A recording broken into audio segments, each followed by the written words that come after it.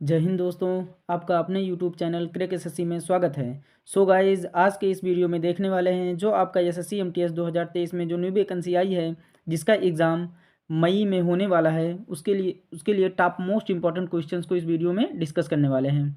और मैं आपको ये 100% गारंटी देता हूँ कि आपके एसएससी एमटीएस 2023 के एग्ज़ाम में यहाँ से प्रश्न ज़रूर पूछे जाएंगे, तो वीडियो लास्ट तक ज़रूर देखिएगा। आप सभी से रिक्वेस्ट करता हूं कि अभी तक आपने मेरे चैनल को सब्सक्राइब नहीं किया है तो एसएससी एमटीएस का डेली एग्जाम ओरिएंटेड वीडियो पाने के लिए क्रैक एसएससी चैनल को सब्सक्राइब ज़रूर कर लीजिए।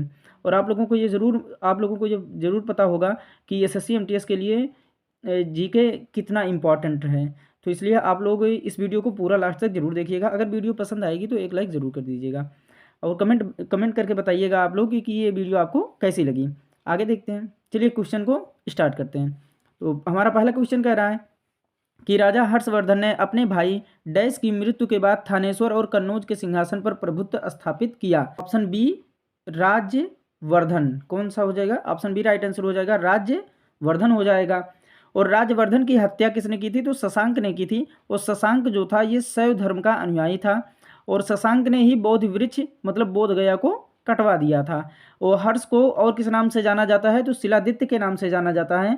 और चीनी यात्री हुएनसांग जो था ये हर्ष के शासनकाल में भारत आया था। तो इन सभी पॉइंट्स को आप लोग जरूर ध्यान रखिएगा। आगे कह रहा है कि चौथी शताब्दी ईसा पूर्व मगध की राजधानी थी। तो चौथी शताब्दी ईसा पूर्व में मगध की राजधानी क्या थी? तो हमारा ऑप्शन बी राइट आंसर हो जाएगा, राजगिरी थी। कौन सी राजधानी थी? राजगिरी थी। और चौथी शताब्दी ईसा पूर्व में क्या हो गई थी? मगध की राजधानी क्या हो गई थी? तो पाटलिपुत्र स्थानांतरित कर दिया गया था, है ना। तो पाटलिपुत्र हो गई थी। चौथी शताब्दी ईसा पूर्व मतलब चौथी शताब्दी ईसा पूर्व से मतलब चौथी शताब्दी से पहले जो राजधानी थी वो राजगिरी थी। और चौथी शताब्दी में या उसके बाद जो हो गई थी राजधानी वो पाटलिपुत्र हो गई थी। तो इस पॉइंट को आप लोग जरूर ध्यान रखिएगा, ऐसे दो क्वेश्चन पूछे जा सकते हैं, है ना। कह रहा भारत में वैदिक सभ्यता डैश नदी के किनारे विकसित हुई थी। तो किस नदी के किनारे विकसित हुई थी? तो ऑप्शन डी राइट आंसर हो जाएगा, सरस्वती नदी के किनारे वैदिक सभ्यता विकसित हुई थी। और वैदिक काल का विभाजन दो भागों में है। पहला जो है ऋग वैदिक काल, ये 1500 से लेकर 1000 ईसा पूर्व माना जाता है। और उत्तर वैदिक काल जो होता है ये 1000 से लेकर 600 ईसा पूर्व माना जाता है। और आर्यों द्वारा निर्मित सभ्यता वैदिक सभ्यता कहलाई। तो इन सभी पॉइंट्स को आप लोग जरूर ध्यान रखिएगा, ऐसे भी क्वेश्चंस पूछे जा सकते हैं। आगे कह रहा है हर्ष चरित्र कन्नौज के शासक हर्षवर्धन की जीवनी है जो उनके दरबारी कवि डैश द्वारा रचित संस्कृत में रचित है। तो कौन से थे उनके दरबारी कवि? तो वो बाणभट्ट थे। ऑप्शन सी हमारा राइट आंसर हो जाएगा, बाणभट्ट। और बाणभट्ट ने एक और रचना की थी जिसका नाम था वो कादम्बरी था। और प्रियदर्शिका, रत्नावली और नागनंद नामक 3 संस्कृत नाटक ग्रंथों की रचना किसने की थी? ये हर्ष ने की थी। तो इन सभी पॉइंट्स को आप लोग जरूर ध्यान रखिएगा। आगे कह रहा है कि डैश का गोल गुंबद मोहम्मद आदिल शाह का मकबरा है। तो कौन सा मकबरा है? तो हमारा ऑप्शन बी राइट आंसर हो जाएगा, बीजापुर। क्या हो जाएगा? बीजापुर हमारा राइट आंसर हो जाएगा। आगे कह रहा है कि ग्रहों के वैज्ञानिकों चंद्रमा के चारों ओर विद्यमान पतले गैसीय आवरण को डैश कहते हैं। तो क्या कहते हैं? तो ऑप्शन सी राइट आंसर हो जाएगा, चंद्रमा का बहिर्मंडल कहते हैं। आगे देखते हैं कि सौर मंडल में ग्रहों के क्रम में मंगल और शनि के बीच कौन सा ग्रह आता है? तो कौन सा ग्रह आता है? तो हमारा डी राइट आंसर हो जाएगा, बृहस्पति आता है। कौन सा ग्रह आता है? बृहस्पति आता है। और ग्रहों का क्रम देख लेते हैं। बुध, शुक्र, पृथ्वी, मंगल, बृहस्पति, शनि, अरुण और वरुण होता है। तो ये ग्रहों का क्रम है। आप अब की बार तो ये पूछा गया है कि ग्रहों में मंगल और शनि के बीच कौन ग्रह आता है। कभी कभी ये भी पूछ सकता है कि बुध और पृथ्वी के बीच कौन सा ग्रह आता है, तो शुक्र हो जाता है। तो ग्रहों का क्रम आप लोग जरूर ध्यान रखिएगा, इससे भी क्वेश्चंस पूछे जा सकते हैं। आगे कह रहा है भारत के किस शहर को पूर्व का एथेंस के रूप में जाना जाता है? तो पूर्व का एथेंस के रूप में किसे जाना जाता है? तो ऑप्शन सी राइट आंसर हो जाएगा, मदुरै, है ना। और मदुरै को त्योहारों का नगर भी कहा जाता है। और कोच्चि को पूर्व का वेनिस भी कहा जाता है। तो इन सभी पॉइंट्स को आप लोग जरूर ध्यान रखिएगा। आगे कह रहा है कि भारत में कौन सा शहर सबसे पारंपरिक कढ़ाई शैलियों में से एक चिकनकारी के लिए विश्व प्रसिद्ध है? तो हमारा ऑप्शन बी राइट आंसर हो जाएगा, लखनऊ हो जाएगा राइट आंसर। आगे देखते हैं। आगे कह रहा है कि उत्पादन के साधनों का निजी स्वामित्व डैश अर्थव्यवस्था की एक विशेषता है। तो ये कौन सी विशेषता है? तो ऑप्शन सी राइट आंसर हो जाएगा, पूंजीवादी। ये हमारा राइट आंसर हो जाएगा। निम्नलिखित में से कौन सा राष्ट्रीयकृत बैंक नहीं है? तो कौन सा राष्ट्रीयकृत बैंक नहीं है? तो ऑप्शन ए राइट आंसर हो जाएगा, भारतीय स्टेट बैंक ये राष्ट्रीयकृत बैंक नहीं है। आगे देखते हैं, निम्नलिखित में से कौन भारत के आर्थिक सर्वेक्षण को प्रकाशित करता है? तो कौन आर्थिक सर्वेक्षण प्रकाशित करता है? तो ऑप्शन सी राइट आंसर हो जाएगा, वित्त मंत्रालय। वित्त मंत्रालय जो है ये भारत को आर्थिक सर्वेक्षण प्रकाशित करता है। तो इन सभी पॉइंट्स को आप लोग जरूर ध्यान रखिएगा। स्वतंत्रता सेनानी सुचेता कृपलानी किस राज्य की पहली महिला मुख्यमंत्री बनी? तो ये किस राज्य की पहली महिला मुख्यमंत्री बनी थी? तो ऑप्शन बी राइट आंसर हो जाएगा, उत्तर प्रदेश।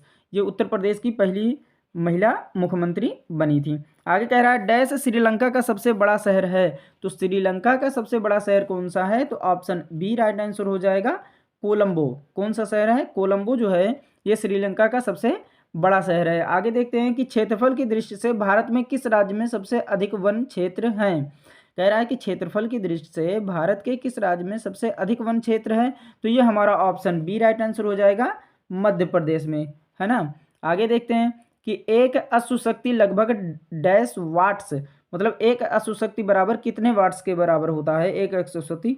तो हमारा ऑप्शन देख लेते हैं, सी राइट आंसर हो जाएगा, 746 वाट के बराबर होता है। एक अश्वशक्ति बराबर 746 वाट होता है। आगे कह रहा है, निम्न में से कौन सा तत्व लेंथेनाइड है? कौन सा तत्व लेंथेनाइड है? तो हमारा option C D right answer हो जाएगा, सीरियम। सीरियम जो है ये लेंथेनाइड तत्व है। तो इस पॉइंट को आप लोग जरूर ध्यान रखिएगा। आगे कह रहा है, निम्न में से कौन सा विद्युत का चालक है? तो कह रहा है निम्न में से कौन सा विद्युत का चालक है? तो ऑप्शन सी राइट आंसर हो जाएगा, लवण जल।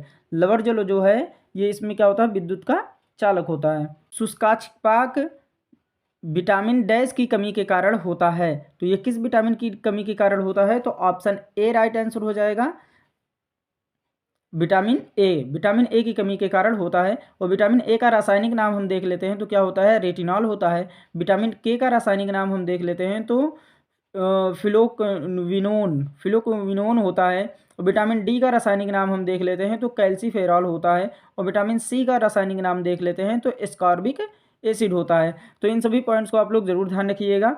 हाँ, और वीडियो अगर पसंद आई तो एक लाइक ज़रूर कीजिए, चैनल को सब्सक्राइब कीजिए और कमेंट करके बताइए कि आपको ये वीडियो कैसी लगी है। आगे कह रहा है, लाल रक्त कोशिकाओं के निर्माण के लिए शरीर का कौन सा अंग जिम्मेदार है? तो लाल रक्त कोशिकाओं के लिए कौन सा अंग जिम्मेदार है? तो हमारा ऑप्शन सी राइट आंसर हो जाएगा, अस्थिमज्जा। अस्थिमज्जा जो होता है ये लाल रक्त कोशिकाओं के निर्माण के लिए बहुत जिम्मेदार होता है। और ये भी आगे भी देख लेते हैं कुछ इसके पॉइंट कि प्रोटीन, आयरन, विटामिन बी 12 एवं फोलिक अम्ल लाल रक्त कण के निर्माण में सहायता होते हैं, है ना। ये सब जो होते हैं प्रोटीन, आयरन, विटामिन बी 12 और फोलिक अम्ल जो होते हैं ये लाल रक्त कण के निर्माण में सहायता होते हैं। और इसका जीवन काल, जो लाल रक्त कोशिकाओं का जीवन काल जो होता है 20 से 120 दिन का होता है। इस पॉइंट को आप लोग जरूर ध्यान रखिएगा, ये बहुत इंपॉर्टेंट है कि पूछा जाता है कि लाल रक्त कोशिकाओं का जीवन काल कितना होता है?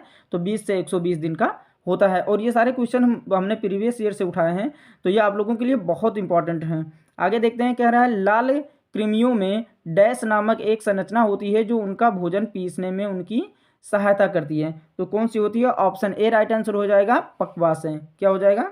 पक्वासें हो जाएगा। इसके भी कुछ इंपॉर्टेंट पॉइंट्स को देख लेते हैं कि भोजन को पक्वासे में पहुंचते ही सर्वप्रथम इसमें यकृत से निकलने वाला पित्तरस क्या होता है? आकर मिलता है। और पित्तरस कैसा होता है? क्षारीय होता है। ये भी क्वेश्चन पूछा जाता है, पित्तरस कैसा होता है? अम्लीय, क्षारीय, है ना, या उदासीन? तो ये पित्तरस जो होता है ये क्षारीय होता है और यह भोजन को अम्लीय से क्षारीय बना देता है ना। पहले जो होता है भोजन जो रहता है वो अम्लीय रहता है, जब ये पित्तरस आकर मिलता है तो उसको क्षारीय बना देता है। तो इन सभी पॉइंट्स को आप लोग जरूर ध्यान रखिएगा। आगे कह रहा है, निम्नलिखित में से कौन कशेरुकी प्राणी नहीं है? तो कौन कशेरुकी प्राणी नहीं है? तो ऑप्शन डी हमारा राइट आंसर हो जाएगा, घोंघा। घोंघा हमारा राइट आंसर हो जाएगा। आगे कह रहा है, गुजरात में डैश झील वस्तुतः एक कृत्रिम जलाशय है जो मौर्यों के शासनकाल के दौरान बनाया गया था। तो गुजरात में पूछ रहा है कि गुजरात में ऐसा कौन सा झील है जो कृत्रिम जलाशय है और मौर्यों के शासनकाल के दौरान बनाया गया था? तो हमारा राइट आंसर हो जाएगा ऑप्शन डी, हमारा राइट आंसर हो जाएगा सुदर्शन। क्या हो जाएगा? सुदर्शन हमारा राइट आंसर हो जाएगा। लोनार झील के बारे में देख लेते हैं। तो ये महाराष्ट्र में है। लोनार झील कहाँ पर है? महाराष्ट्र में है। और लोनार झील ज्वालामुखी उद्गार से बनी झील है ना। ये भी पूछा जाता है कि ज्वालामुखी उद्गार से कौन सी बनी झील है, तो वो लोनार झील है। ये भी पूछा जा सकता है कि लोनार झील किस राज्य में स्थित है, तो ये महाराष्ट्र राज्य में स्थित है। लोकटक झील के बारे में देख लेते हैं, तो लोकटक झील जो है ये मणिपुर में स्थित है। और लोकटक झील के बारे में हम देख लेते हैं, तो भारत में मीठे पानी की सबसे बड़ी झील है ना। तो भारत में मीठे पानी की सबसे बड़ी झील कौन सी है, तो ये लोकटक झील है। और इस झील में केबुल लामजाओ है ना, केबुल लामजाओ नाम का तैरता हुआ राष्ट्रीय पार्क है ना। तो ये भी ध्यान में रखेंगे कि केबुल लामजाओ तैरता हुआ पार्क, राष्ट्रीय पार्क किस झील में स्थित है, तो लोकटक झील में स्थित है। लोकटक झील कहाँ पर स्थित है, तो मणिपुर में स्थित है। तो इन दोनों इंपॉर्टेंट्स आप लोग जो जरूर ध्यान रखिएगा। ये ध्यान मतलब कह लोनार झील जो है ये महाराष्ट्र राज्य में स्थित है और लोकटक झील जो है ये मणिपुर राज्य में स्थित है। विजयवाड़ा शहर निम्नलिखित में से किस नदी के किनारे स्थित है। विजयवाड़ा शहर निम्नलिखित में से किस नदी के किनारे स्थित है, तो हमारा ऑप्शन सी राइट आंसर हो जाएगा, कृष्णा नदी के किनारे। किस नदी के किनारे विजयवाड़ा स्थित है, तो कृष्णा नदी के किनारे स्थित है। ताप्ती नदी के किनारे कौन सा शहर स्थित है, तो सूरत शहर जो है वो ताप्ती नदी के किनारे स्थित है। महानदी के किनारे कौन सा शहर स्थित है, तो कटक और संबलपुर। संबलपुर और कटक जो है ये महानदी के किनारे स्थित है। गोदावरी नदी के किनारे कौन सा शहर स्थित है, तो ये नासिक स्थित है। तो नासिक जो है ये गोदावरी नदी के किनारे स्थित है। तो इन सभी पॉइंट्स को आप लोग जरूर ध्यान रखिएगा। आगे कह रहा है कि विश्व बैंक के नए अध्यक्ष कौन बने हैं, तो विश्व बैंक के नए अध्यक्ष कौन बने हैं, तो ऑप्शन बी राइट आंसर हो जाएगा, अजय बंगा। कौन बने हैं, अजय बंगा बने हैं। विश्व बैंक के बारे में देख लेते हैं, तो इसका मुख्यालय कहाँ पर है, तो वाशिंगटन डीसी यूएसए में है। और स्थापना इसकी कब हुई थी, तो जुलाई 1944 को हुई थी। और एमडी एंड सीएफओ कौन है, अंशुला कांत है, अंशुला कांत है। आगे देखते हैं, कह रहा है वर्ष 2023 में टाटा आईपीएल का कौन सा संस्करण शुरू हुआ है, तो कौन सा संस्करण शुरू हुआ है, तो ये हमारा ऑप्शन सी राइट आंसर हो जाएगा, 16वां शुरू हुआ है। और टाटा आईपीएल 2023 का पहला मैच जो है ये गुजरात टाइटंस और चेन्नई सुपर किंग्स के बीच में हुआ है। और टाटा आईपीएल 2022 के विजेता टीम कौन थी, तो ये गुजरात टाइटंस थी। तो इन सभी पॉइंट्स को आप लोग जरूर ध्यान रखिएगा। आगे कह रहा है कि स्वास्थ्य का अधिकार विधेयक लाने वाला भारत का पहला राज्य कौन सा है, तो हमारा राइट आंसर हो जाएगा ऑप्शन डी हो जाएगा, राजस्थान। कौन सा राज्य है, तो राजस्थान है। स्वास्थ्य का अधिकार विधेयक लाने वाला भारत का पहला राज्य कौन सा है, तो राजस्थान है। और राजस्थान की राजधानी क्या है, जयपुर है। और मुख्यमंत्री वहाँ के कौन है, तो अशोक गहलोत हैं। और गवर्नर कौन है, तो कलराज मिश्रा हैं। तो इन सभी पॉइंट्स को आप लोग जरूर ध्यान रखिएगा। वीडियो आप लोगों को कैसी लगी कमेंट करके जरूर बताइए। और चैनल को सब्सक्राइब कीजिए, लाइक कीजिए और अपने दोस्तों तक शेयर जरूर कीजिए। तो मिलते हैं नेक्स्ट वीडियो में, तब तक के लिए take care and bye bye.